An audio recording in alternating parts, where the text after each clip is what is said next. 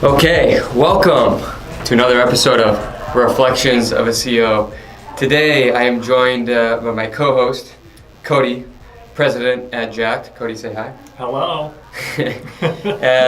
So this is an exciting episode, I think. What we're going to do today is run through the 2018 financials for Jakt, and that's why I wanted Cody to be here to run us through that. And the reason why we're doing this, before we get into the actual numbers, I think it's good to have a kind of an explanation. Some people kind of ask, why are you guys doing this? I even had a message from our lawyers this morning saying, hey, maybe don't do it. Put out our numbers. I kid you not. I have a text literally this morning from them saying that. And we started doing this about, I don't know, a year and a half, 2 years ago. And started doing it because as we were growing Jakt, there was no real benchmark to kind of look at to know, hey, how are we doing? And because mostly private companies, you're not required to release your financials. Like, we have no obligation to do this. And it's something that I would have liked along the way to say, oh, hey, that's how a company like ours is doing financially. Here's how much revenue they're doing. Here's how much they're spending on marketing or whatever it is.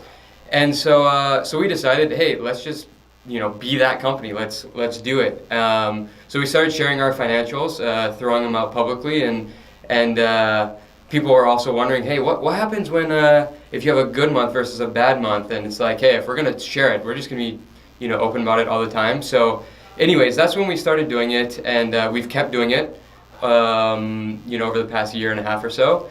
And now we're going to be doing a recap of all of 2018. So each month we release the financials, we put them on our blog. We'll probably be recording podcasts like this about it. But right now we're going to give you a look back into the entire year and kind of dive into the details. So hopefully it will be helpful for everyone out there. So let's dive into it. So 2018 financials. Maybe we can start with just a high-level overview on the summary of how did we do, total revenue, profit, etc. And then from there, we can dive into some of the details. I'll ask you some questions to help guide it, but sure. Start like that. So let me ask a question before we go into that. Yeah, please. We had a goal in 2018, right? Yes. And what was that goal? That way we can reference that in terms of how we actually did for this. Yeah, that's good. So we put out some pretty ambitious targets for 2018, and just for reference, 2017, I believe we did around 1.7 million in revenue, something like that. Our target for 2018, we set at 4 million in revenue, so more than doubling the revenue. And we had set a target of, I believe we had set it for 15% net profit. Is that correct? I'm trying to remember back to our initial goals. 15. Yeah. I believe our initial, our target was 4 million in top line revenue with a 15% net profit margin. So that translates to $600,000 in profit. So that was our target at the beginning of the year. A little bit scary, admittedly, looking back. It was like, wow, how are we going to do this? But we set it, and now how did we do, Cody? Yeah. So as we talk about the financials, for those not informed in like this type of business, we're always going to be talking about two numbers. We're going to talk about accrual and cash, and it's probably important to explain the difference between the two. So when we talk about accrual revenue, we essentially mean this is all revenue that has been billed out to partners. We have sent out an invoice that says this much money is owed to us. But in the service industry, everyone that sends out invoices, I'm sure, is very well aware that you may not get the money that you have invoiced out. Now, you can remedy that by selecting great partners and not putting yourself in a situation where you're going to get not paid. But it definitely does occur, and I think it also importantly does occur where sometimes you may have an accrual revenue amount and a cash revenue amount that are different, but ultimately you do end up collecting that cash revenue just maybe a little bit later than you originally thought you would. So when we talk about revenue, we're going to talk about both, because there's discrepancies, and there's important things to look at in terms of understanding the discrepancy. And then also, as you manage your own business, you'll determine how that cash revenue, affects how you need to actually think about your day-to-day operations and how much cash you have on hand at certain moments. Because we run on cash. Yeah. Right? We're a cash-based business. So looking at total revenue for 2018, we had this audacious goal, $4 million. Our actual total accrual revenue for the year was $3,945,000. Ooh! Very close. It's pretty damn close to our goal. Average, sort of monthly revenue for us was over 300,000. We had, 1 month in the year where we went well over 400,000, and only 1 month in the year that we dipped below 300,000. Huh. But overall, average sort of monthly accrual revenue for us was about 340,000. Is a pretty solid, pretty strong year overall. And now in terms of cash revenue, we actually came in just a little bit under at 3.8. So 3,800,000. Yep. So there's a slight discrepancy between what we billed in accrual and what we actually got paid in cash. About $140,000 wasn't paid to us. Which honestly, in our world, not that bad. We will make up that 140 in terms of stuff that payments that would come in January 2019. Yeah. Just, if you have a running a service business, is a nice head start on your year. Yeah. So it's not that we. There's I think two distinctions here. One is that people may just literally just not pay you, but two, it may just be that you billed and you hadn't collected yet, right? Now, a good practice would be to look at these metrics over the course of years, understand the percentage discrepancy over time, and then plan for it. Yeah, but that's a pretty common thing if you run a service business or an agency. Pretty much for the past 7 years, it's always been accrual is slightly above cash. So I would say, technically we did not hit our goal, but we came pretty damn close. Yeah, we were shy by about 55,000. Pretty close, and that's also just a good operational practice to say, if our goal was 3.5, if our goal was 3, would we have come in below that goal too? But we just wouldn't have pushed ourselves hard enough. To achieve whatever we set out to do. So in that sense, if you're thinking about your own revenue goals for an incoming year, maybe a little bit farther than you think is possible is the right way to establish that goal. Yeah, that's super interesting you say that. It goes into the, I've been really keen on this lately, the idea of the law of attraction. When what you put out to the world, comes to you. And thinking about it, when we set this out, really didn't know that we were going to hit it, but kind of threw it out to the world, and funny enough, we came right up against that mark. So that is a good practice, I think, that Cody just shared. So great. So now let's share another important number for us or for any other agency, and that is the amount spent on cost of goods. Right. So when we talk about cost of goods, say you're running a team and you're billing out. $1,000 a month. Cost of goods is what you need to pay that team that is doing the work, and the amount that you're making is the money on top of that, right? So you always think about, especially in the service industry, your cost of goods. So our cost of goods for the year in accrual and cash is essentially very, very similar. There really shouldn't be a ton of discrepancy there, but it was basically 1.9 or 1.9 million. Yeah, that's right. And then the percentage is essentially what matters, which is that there's some slight deviance in some months, but our accrual and cash cost of goods percentage of our total revenue was basically a flat 50%. And that's a really important projection number, because essentially it gives you the capability to say, I'm about to plan out a new year, how much do I need to spend on the resources for that amount of work? Right.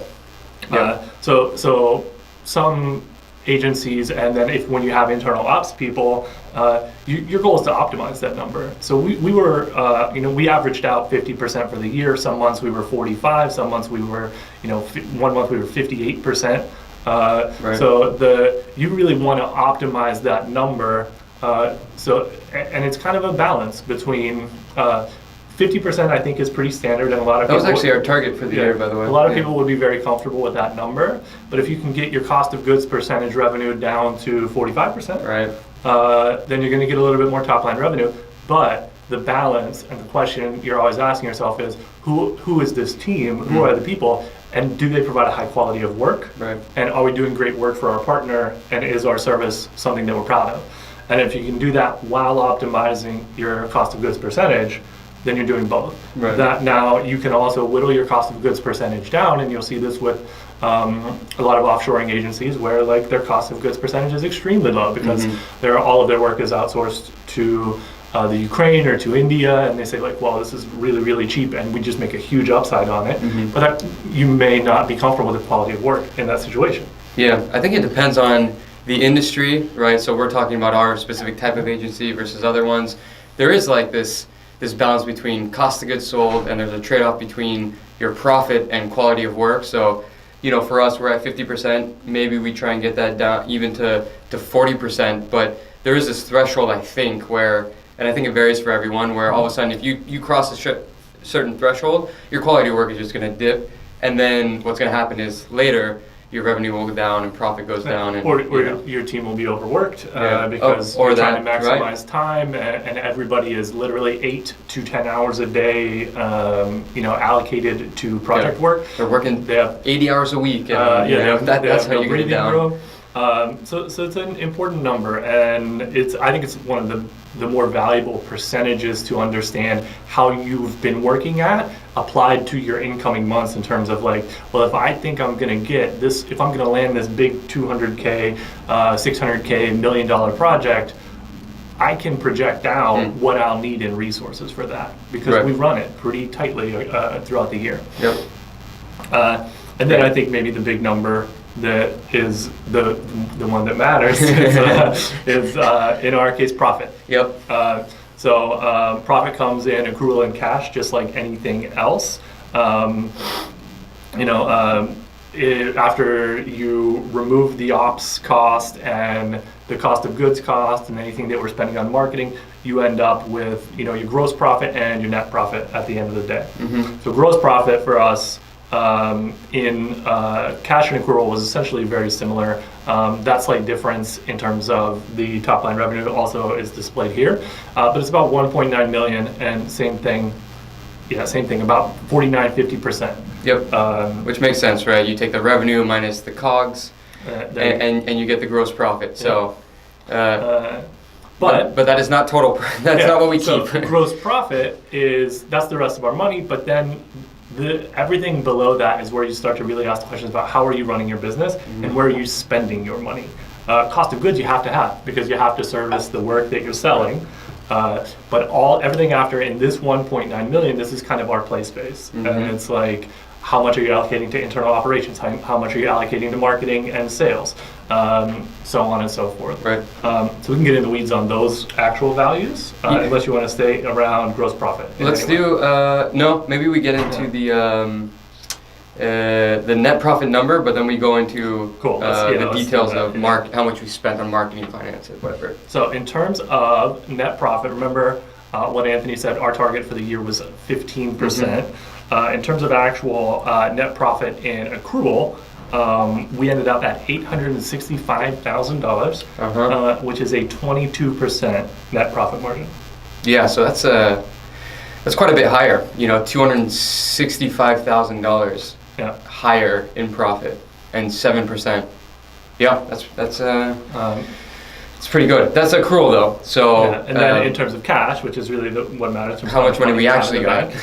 We ended up at $711,000 and 19% net profit in cash. So still $110,000, $11,000 higher, and 4% higher. So you'll see there's a difference, right, between accrual and cash. 865 versus 711. Can you speak a little bit about why there's, on the outside it looks, wow, that's a $150, something $1,000 difference. What is the difference, or what leads to such a big difference between those two numbers? if you can remember off the top of your head. I can't. I honestly can't. Yeah, I'm trying to remember. I have two things that it was. So one thing that, and we've been doing this for years in the business, come December time, a very common practice is when you're running a cash-based business, is you pay off a bunch of your expenses that you've accrued, but you don't collect all that money. So that 865 number is actually a pretty legit number for like, hey, how much profit did we actually do? But what we did in December was we paid out a bunch of our expenses and didn't collect all that money. So December we actually ran it on a cash basis at a loss. And why we do that is because we know we're going to get the money like the first week of January, but we want to lower our amount that we then have to pay taxes, because we pay taxes based on a cash basis, not an accrual basis. And so we play with the numbers there legally. We play with everything so that we reduce it. Yeah, the important note there is that out of a 12-month year, December is the only month that we end up at a cash loss. Yep. And that's tactical. Yep, so that was tactical. The only other thing that I know led to this was we did have one customer that has a large outstanding balance that has not been paid. So on an accrual basis, we show a bunch of revenue. We incurred the cost, and this was middle of the year, and so we didn't receive it. So that's when you see, right, there's two ways to kind of have a discrepancy between accrual and cash basis. One is you just haven't collected the money, and two is you decided to spend a lot of, or pay out a lot of expenses. So that's the difference. There was also one other thing that happened during the year. We had a one-off case where we had a legal settlement that also impacted these numbers, but was taken into account on the accrual side and cash basis. But that was ballparking, and I'm not going to get into the specifics of that one, but the ballpark is around 100K, let's say.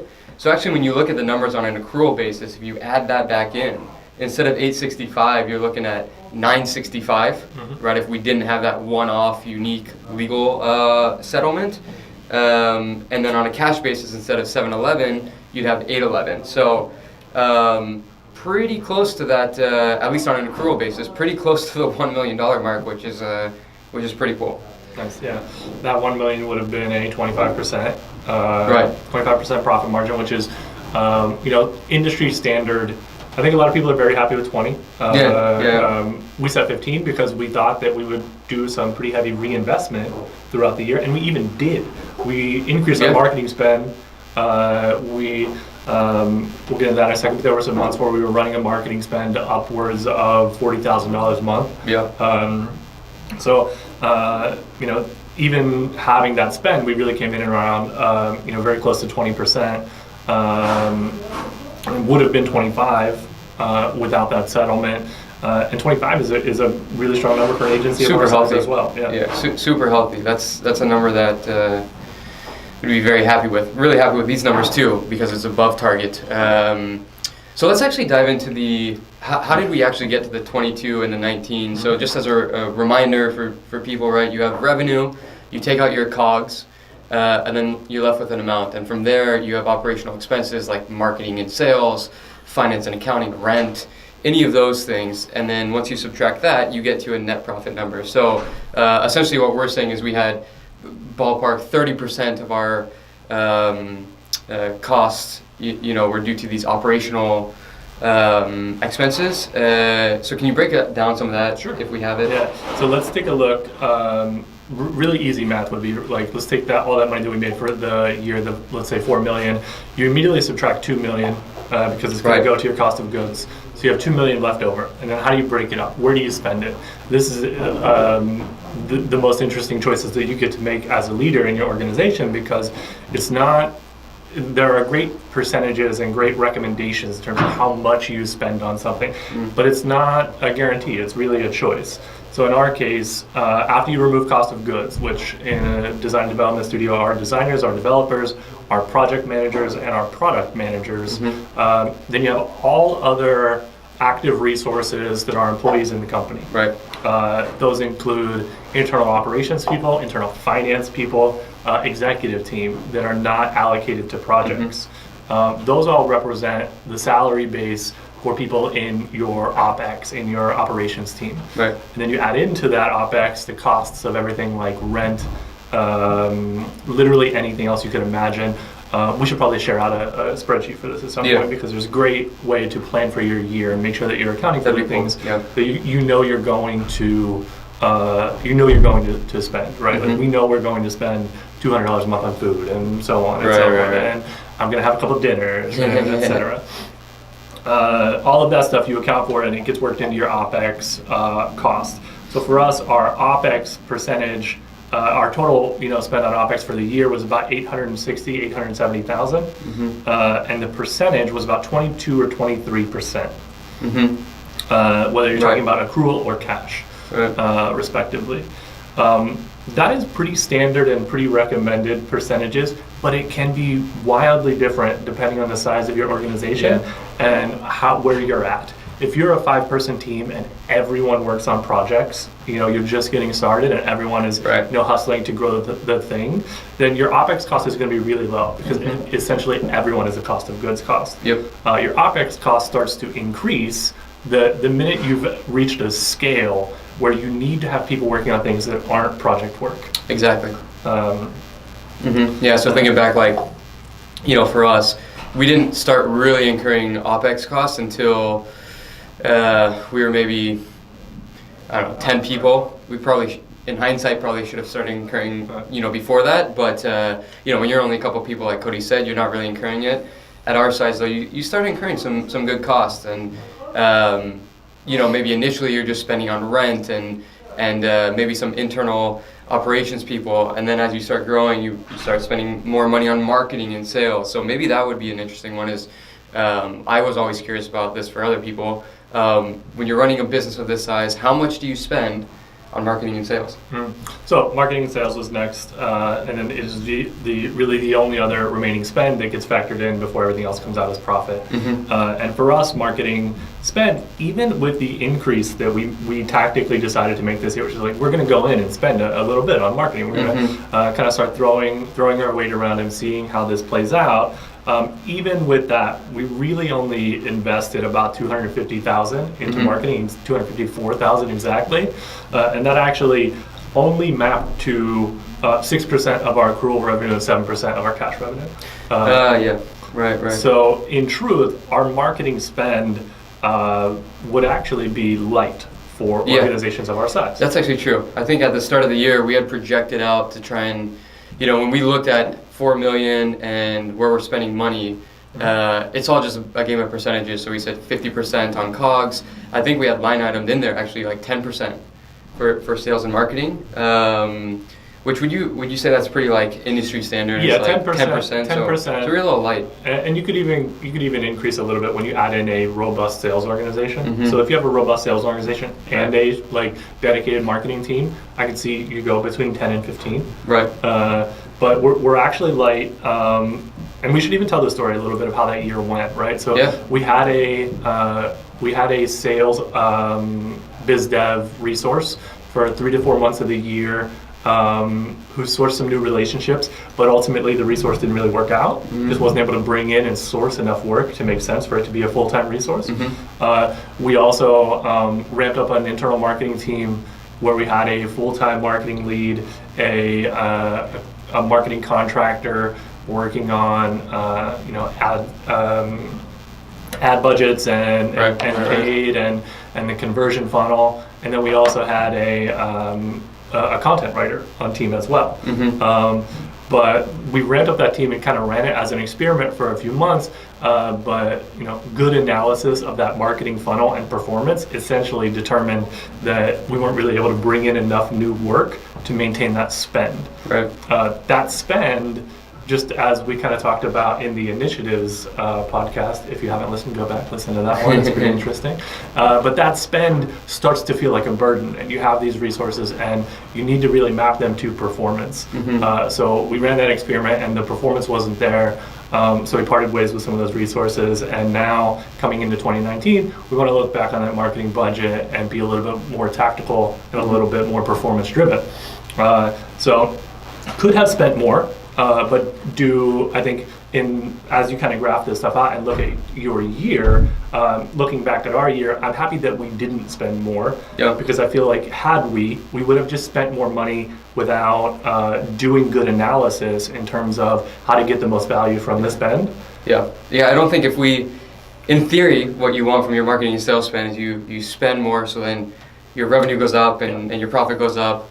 I think, said a different way, even if we could spend, which, by the way, we had the money to do it, we could have spent another 100,000, 200,000. We hadn't figured out where we could spend that additional 150, and then instead of 4 million top line, it goes to 4.5. We hadn't really figured that out, so instead of just spending it because we have it, we're keeping that cash, and now, the goal is to spend it so that you have an ROI in it. We just hadn't figured that out, to be honest. So that's if you listen to the initiatives, like Cody said, one of our big things for the next year is really figuring out that marketing and sales engine, so that we can put in dollars consistently and know that there's an ROI.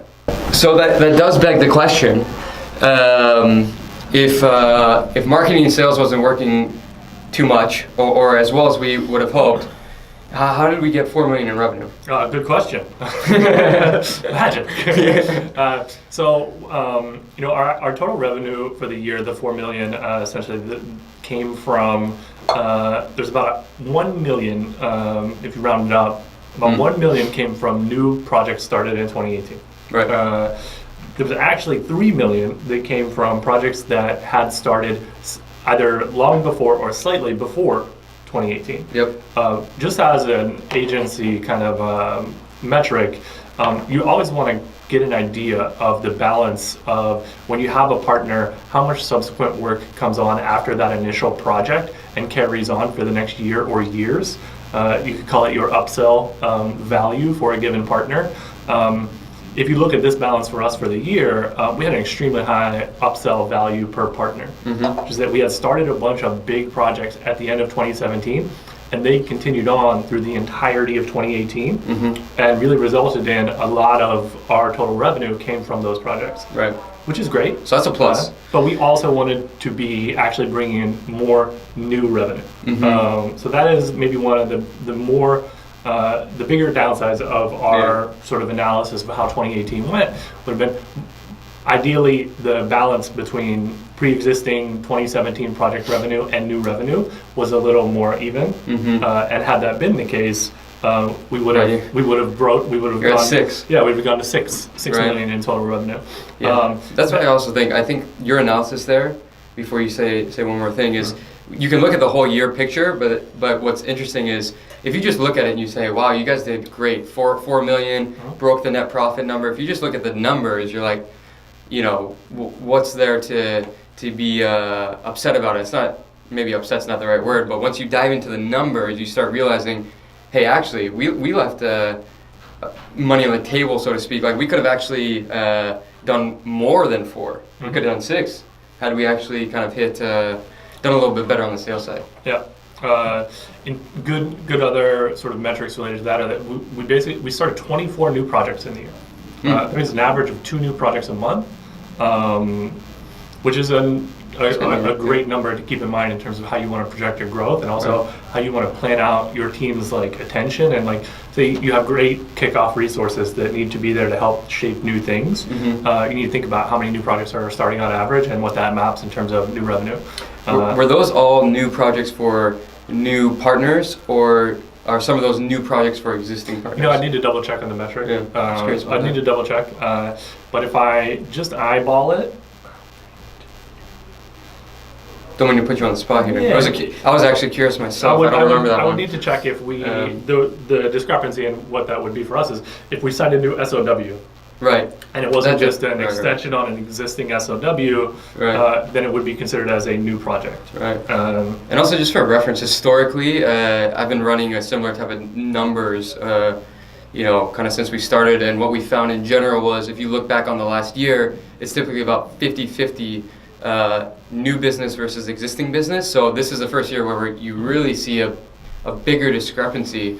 of 75-25. So again, it's a good thing, but also not a good thing at the same time. So I think that's an interesting number. Yeah, and then to me the other more interesting number to take a look at, to consider in your own business in terms of how it affects and relates to all of these financial values is what is the size of your team.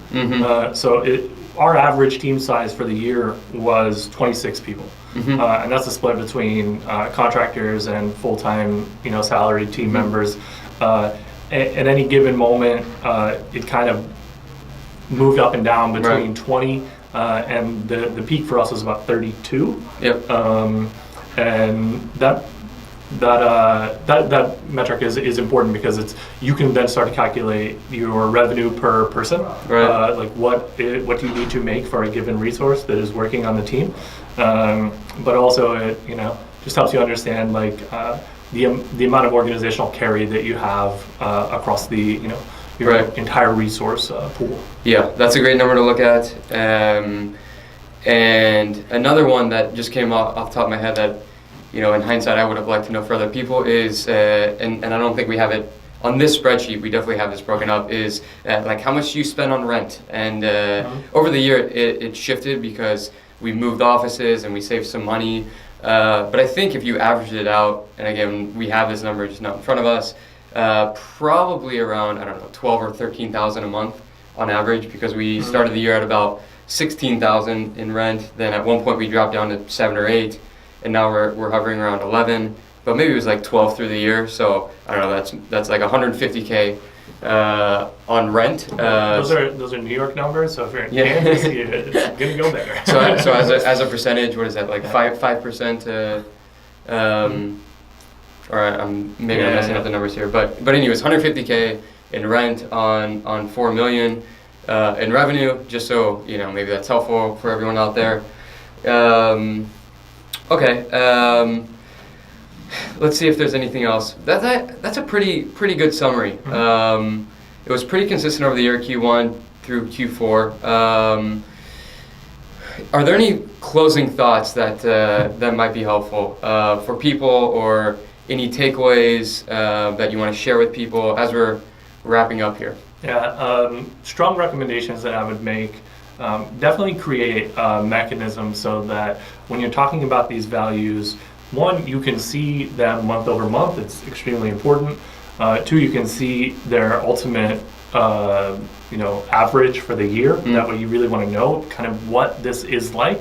And then also actually sit down and do the graphing, like the visual graphing of these values juxtaposed against some of each other, kind of do like a cross data analysis, because it tells a story about things that happened in your company that when you do things like our 2019 planning, you want to look back on moments over the last year and say, what happened here?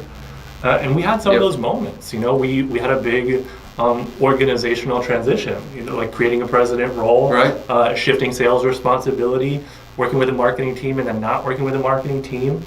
And you can see literally in the graphs the impact of those decisions. Yes. And they can also make you sort of cognizant and more aware of, well, if I'm about to make a big decision, I have to think about what that does to everything else, because now I can see what it does to everything else, and be prepared for that.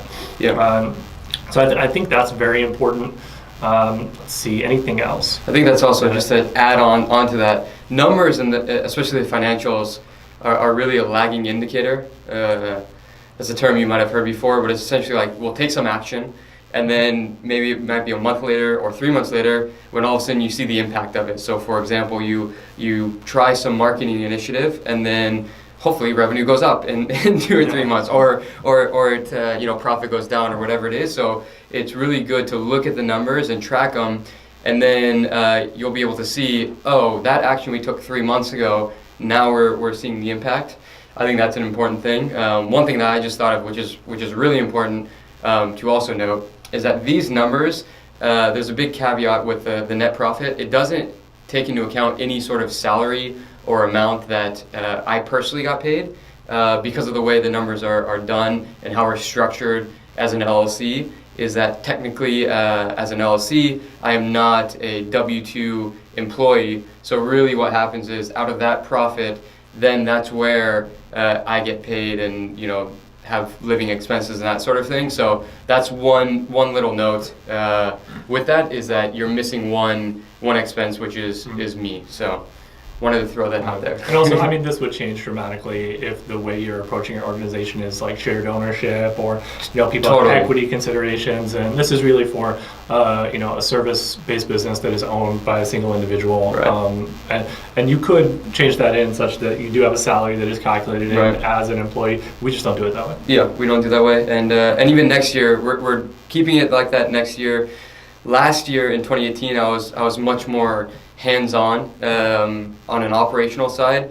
Next year, we will not be having me, you know, again as a, you know, taking money out of the business, but this time it's more justified in the sense where I will not be involved in the day-to-day. So we can kind of even remove that caveat next year. But wanted to throw that out there as the last thing. So yeah, I think that's been a great summary, right? So summary of 2018 numbers.